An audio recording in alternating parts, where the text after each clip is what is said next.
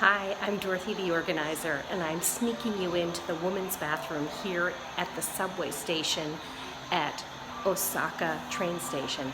This is what a subway bathroom looks like. A little different than New York. Come with me into one of the stalls. It's super cool. No one's in here right now, but, well, let me come out. See how they circle around?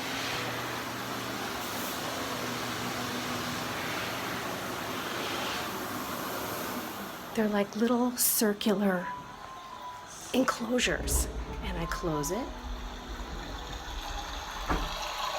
I lock it. And then here come the natural sounds so that they can't hear you doing your business. It's really quite respectful. And speaking of respectful and ever so discreet, how about this sign which talks about manners?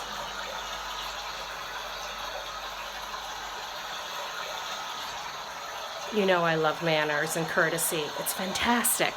Okay, finally, that's a little spray